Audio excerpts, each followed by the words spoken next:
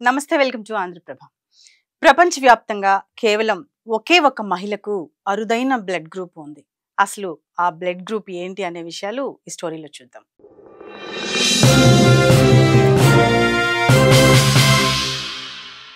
మనుషులంతా ఒకటే. వారి శరీరంలో ప్రవహించే రక్తం కూడా ఒకే రంగులో ఉంటుంది. కానీ ఒక్కొక్కరికి ఒక్కో రకమైన బ్లడ్ గ్రూప్ ఉంటుంది. A positive, A negative, B positive, B negative, AB positive, AB negative, O positive, O నెగిటివ్తో పాటు మరెన్నో రకాల బ్లడ్ గ్రూపులు ఉన్నాయి.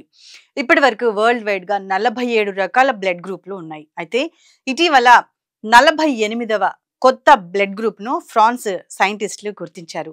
దీనికి గ్వాడా నెగిటివ్ అనే పేరు కూడా పెట్టారు. ఇక్కడ మరో ముఖ్య విషయం ఏంటంటే, ఈ గ్వాడా నెగిటివ్ బ్లడ్ గ్రూప్ కేవలం ఒక్కరికే ఉండటం విశేషం. ఫ్రాన్స్ ప్రభుత్వ అధీనంలో ఉన్నటువంటి కరీబియన్ ద్వీపమైన గ్వాడలోప్కు చెందిన మహిళలో గ్వాడా నెగిటివ్ బ్లడ్ గ్రూప్ ఉన్నట్లు నిర్ధారించారు. నిజానికి ఈ బ్లడ్ గ్రూప్ గుర్తింపు ప్రక్రియ గతంలోనే మొదలైంది. 2011వ సంవత్సరంలో 54 ఏళ్ల మహిళకు ఆపరేషన్ నిర్వహించాల్సి వచ్చింది.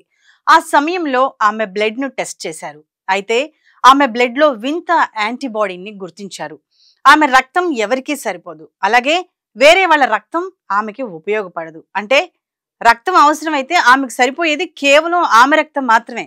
కానీ సౌకర్యాలు సరిగా లేకపోవడంతో దీనిపై లోతుగా విశ్లేషించలేకపోయారు. ఆ తరువాత అంటే 2019లో ఫ్రాన్స్లోని ఫ్రెంచ్ బ్లడ్ ఎస్టాబ్లిష్మెంట్ సంస్థ ఆధునిక డిఎన్ఏ సీక్వెన్సింగ్ పద్ధతులను ఉపయోగించింది.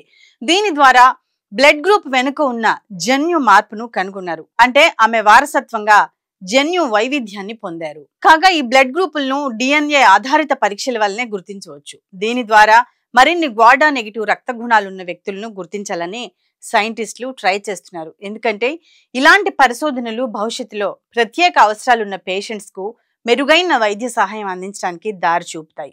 ఈ క్రమంలోనే దీన్ని రక్త మార్పిడి రంగంలో ఒక ముఖ్యమైన ఘట్టంగా చెప్పొచ్చు.